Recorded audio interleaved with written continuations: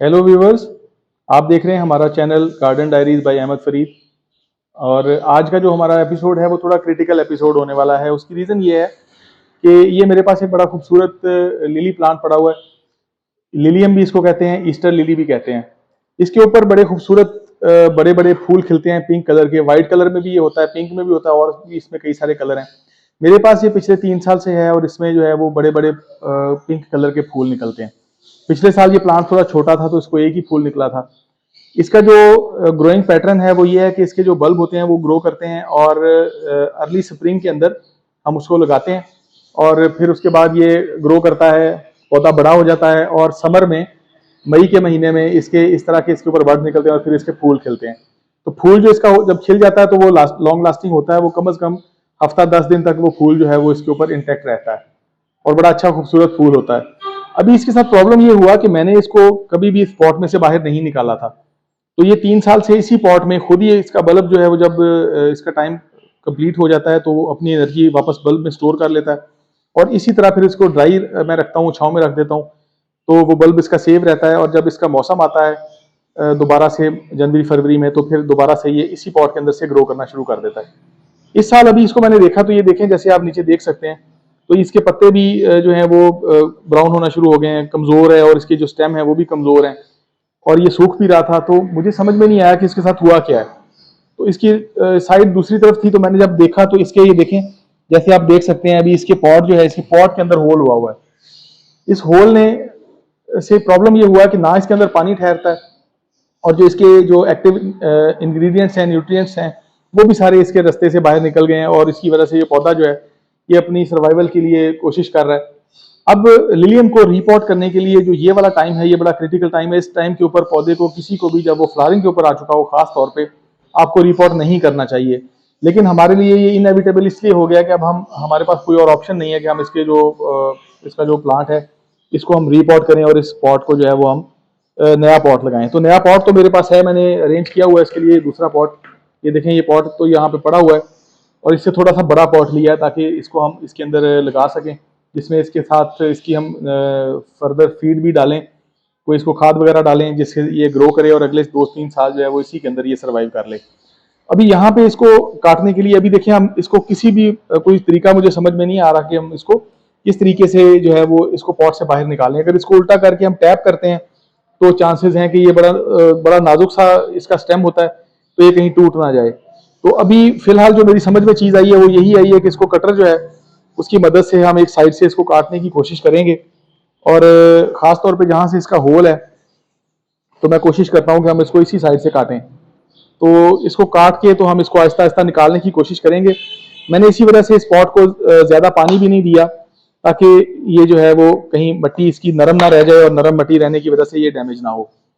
तो ये थोड़ा सा मुश्किल काम होगा हमारे लिए इसको इस तरीके से करना, क्योंकि इसके अंदर जो मिट्टी होती है वो मिट्टी भी बड़ी नरम होती है और वो मिट्टी जो है वो अगर कहीं से टूट जाती है तो फिर इसके लिए मसला हो सकता है। तो अभी देखें, इसको लिए कोशिश तो हम करेंगे कि किस तरीके से हम इसको जो है वो इसको काटें। तो अभी ये मैं नाइफ की मदद से जो है इसको मैं इस तरीके से इसको मैं काटने की पूरी कोशिश कर रहा हूँ इसके पॉट को, कि किसी तरह ये पॉट जो है ये टूट जाए, ख़त्म हो जाए और ये हमें इसके अंदर से हम पौधा निकालने में कामयाब हो सकें।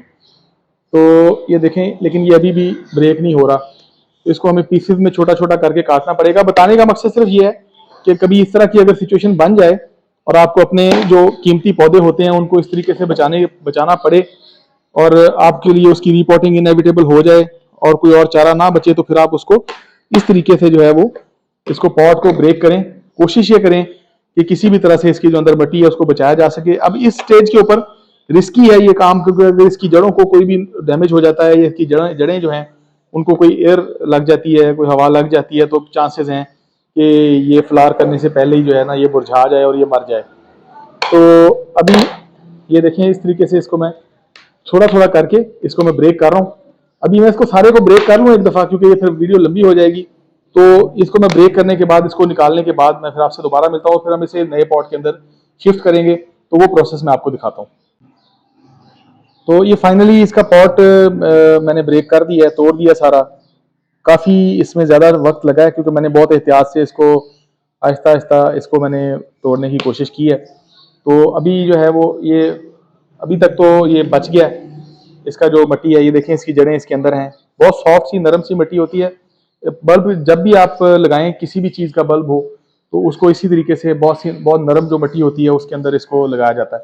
तो अभी ये देखें, इसको हम थोड़ा सा ऐसे साइड पे कर लेते हैं ताकि आपको नज़र आ सके। ये बड़ा पॉट है मेरे पास एक, इसके नीचे इस तरह से ये होल बने हुए हैं। तो इसके नीचे जो है ना वो थोड़ा मैंने ये गत्ते का पीस काटा हुआ था पहले से, इसी तरीके से इसको मैंने काट के रखा हुआ था। तो ये देखें, इसको जो है इसके नीचे हम इस तरीके से इसके पेंदे में इस तरीके से हम इसको रख देंगे। तो इससे ये होगा कि मिट्टी जो है वो इसके अंदर स्टे करती है। और ये वैसे भी गत्ता जो होता है ये कार्डबोर्ड है, सिंपल, ये डीकम्पोजेबल होता है, तो ये आहिस्ता आहिस्ता खत्म हो जाएगा खुद से ही। और इसके नीचे जो है वो हम थोड़ी सी सिंपल गार्डन सॉइल जो है, ये मेरे पास देखें सिंपल गार्डन सॉइल पड़ी हुई है थोड़ी सी, तो ये थोड़ी सी गार्डन सॉइल पहले हम इसके अंदर ऐड करते हैं इस तरीके से, ताकि इसके पेंदे में जो है वो यहाँ से हम इसको कवर कर सकें। ये देखें, इस तरीके से मैंने इसको इसके अंदर थोड़ी सी गार्डन सॉइल डाली है। अभी इसमें जैसे मैं आपको बताना चाह रहा था, अभी ये देखिए, ये पौधा, ये पॉट जो है, ये अगर पॉट इंटैक्ट रहता है अच्छे तरीके से, तो ये पौधा जो है ये इसके अंदर 3 से 4 साल आराम से सर्वाइव कर सकता है। तो इसके नीचे जैसे मैं आपको पहले भी बताता रहता हूँ, तो इस तरह ये सूखी हुई घास है मेरे पास, ये वाली थोड़ी सी, और ये खुश्क पत्ते हैं थोड़े से, तो ये मैंने इसके अंदर इस तरीके से डाल दिए हैं। तो ये होगा क्या कि जब ये प्लांट जो है नीचे तक पहुंचेगा अभी, तो इसको इसकी जड़ें जो है वो इतनी ज़्यादा नहीं है, क्योंकि अभी ये फ्लावरिंग पे आ चुका है। तो ये आहिस्ता आहिस्ता डिकम्पोज होती रहेगी, 2-4 महीने में गल के ये अच्छी कंपोस्ट बन जाएगी नीचे। तो ये खुश्क पत्ते होते हैं, बिल्कुल गीले पत्ते यूज़ ना करें, क्योंकि गीले पत्तों से फिर इन्फेक्शन लगने का कोई खतरा हो सकता है। तो इस तरीके से अगर खुश्क पत्ते होंगे तो फिर उनसे आपको डरने की ज़रूरत नहीं है, उसमें कोई प्रॉब्लम पेश नहीं आता। तो ये थोड़ी सी मिट्टी हम इस तरीके से इसके ऊपर फेंकते हैं ताकि इसके वजन से जो है ये नीचे बैठ जाए। अभी जो ये प्लांट हमने यहाँ से निकाला था, इसको हमने इसके ऊपर शिफ्ट करना है। तो अब थोड़ा सा ये रिस्की है, क्योंकि अभी इसको जब उठा के तो हमने इसके अंदर शिफ्ट करना है, तो उसमें कोई हमें प्रॉब्लम पेश ना आए। तो ये देखें, थैंक्स।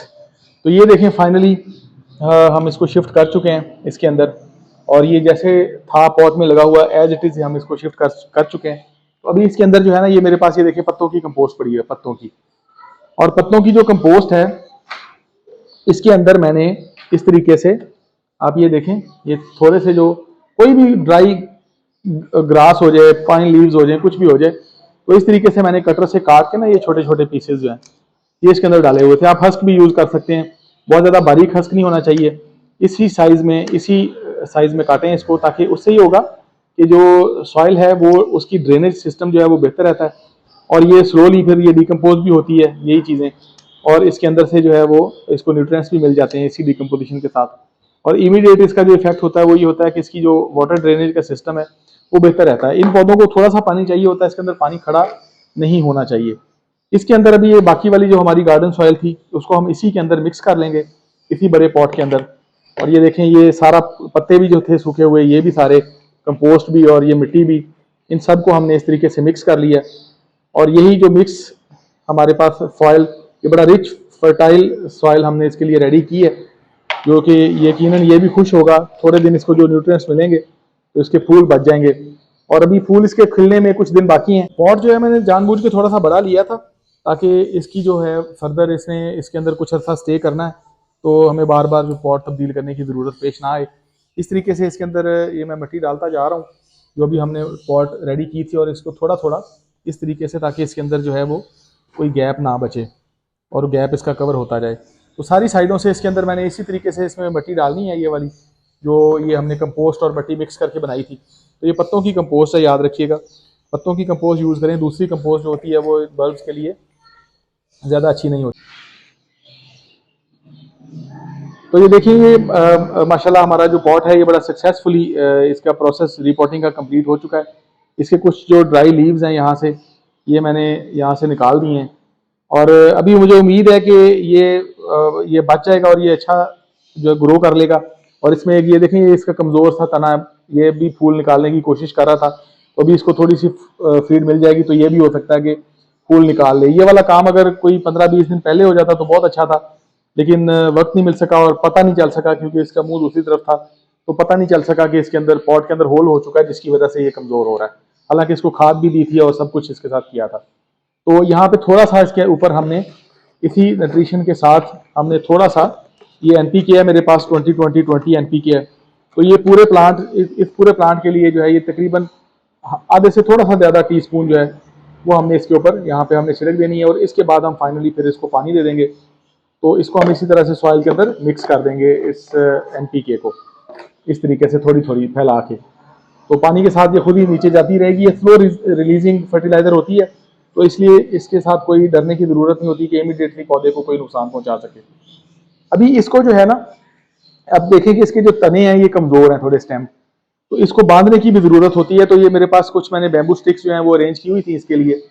तो इसके साथ इसे बांधने की कोशिश करूंगा, लेकिन बांधते हुए एहतियात ये हमें करनी होगी कि इसको इस जो है वो तने को हम ज्यादा ना खींचें, ऐसा ना हो कि खींचने से ये टूट जाए। तो इससे ये होगा कि जब इसका फूल निकलता है, बड़ा फूल होता है, तो इसकी जो शाखें हैं ये बड़ी झुक जाती हैं, इसको बड़ा उसको संभालना पड़ता है, वो बड़ा बड़ा बड़े साइज का और हैवी फूल होता है इसका। तो अब ये देखें मेरे पास ये एक स्टील रॉड है, तो डायरेक्टली मैंने इसको छड़ी को इसके अंदर लगाने की बजाय जो है इसके साथ में वही साइड वाली मट्टी जो कि अभी हमने नहीं डाली है उसी के अंदर मैंने होल किया है, तो ताकि प्लांट हमारा जो है उसकी जड़ें और उसकी रूट्स जो है वो डैमेज ना हो। तो ये मैंने इसके साथ जो है ये स्टिक जो है इसको मैंने इसके साथ इस तरीके से खड़ा कर दिया। और यहाँ पे अभी हम ये करेंगे कि ये छोटी सी एक मेरे पास ये देखें ये वायर पड़ी है, इस वायर के साथ जो है वो हम इसको सपोर्ट देने के लिए यहाँ पे करीब करके तो इसको टाई कर देंगे इसके साथ यहाँ से। ये देखें, अब ये कि इसको सपोर्ट मिल जाएगी और बहुत ज़्यादा कसना नहीं है आपने, सिर्फ इसको सपोर्ट देनी है ताकि ये यहाँ वहाँ गिरे ना। तो ये देखें वायर के साथ आप क्लिप के साथ भी कर सकते हैं, अगर धागा है तो आप धागे के साथ भी कर सकते हैं, रस्सी के साथ भी कर सकते हैं, कोई भी चीज़ इसके लिए यूज़ कर लें। तो अभी ये कि देखें इसको, इसके ये दोनों जो स्टेम है, ये ऊपर वाला छोटा स्टेम है और ये बड़े वाला, इन दोनों को एक सपोर्ट मिल गई है। इसी तरीके से अब ये वाला जो हमारा प्लांट है, ये वाला स्टेम इस साइड का, ये थोड़ा सा ज्यादा टेढ़ा हो गया हुआ और ये थोड़ा ज्यादा क्रिटिकल है।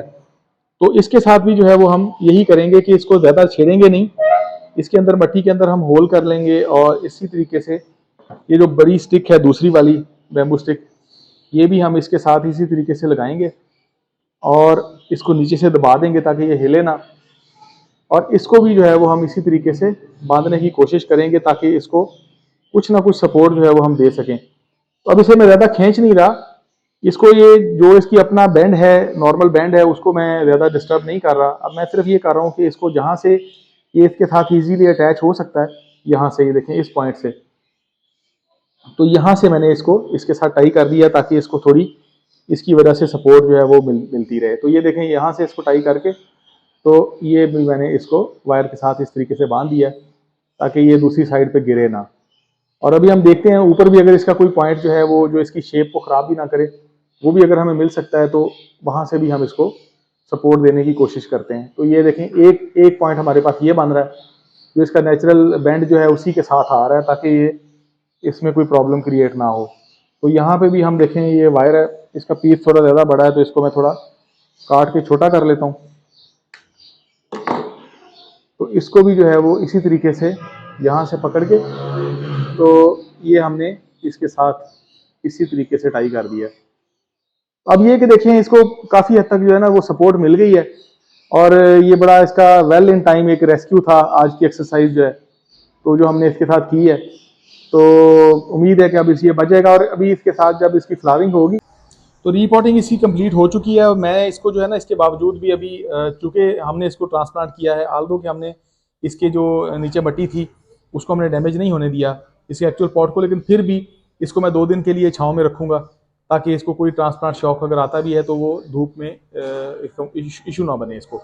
तो 2 दिन के बाद जो है जब ये इसके पत्ते स्टेबल मुझे नज़र आएंगे तो फिर इसको मैं उठा के धूप में शिफ्ट कर दूंगा। ये धूप में थ्राइव करता है और इसी तरह गर्म जब मौसम हो जाता है मई के महीने में तो उन दिनों में फिर जो है ना ये इसके ऊपर बड़े खूबसूरत से फूल खिलते हैं।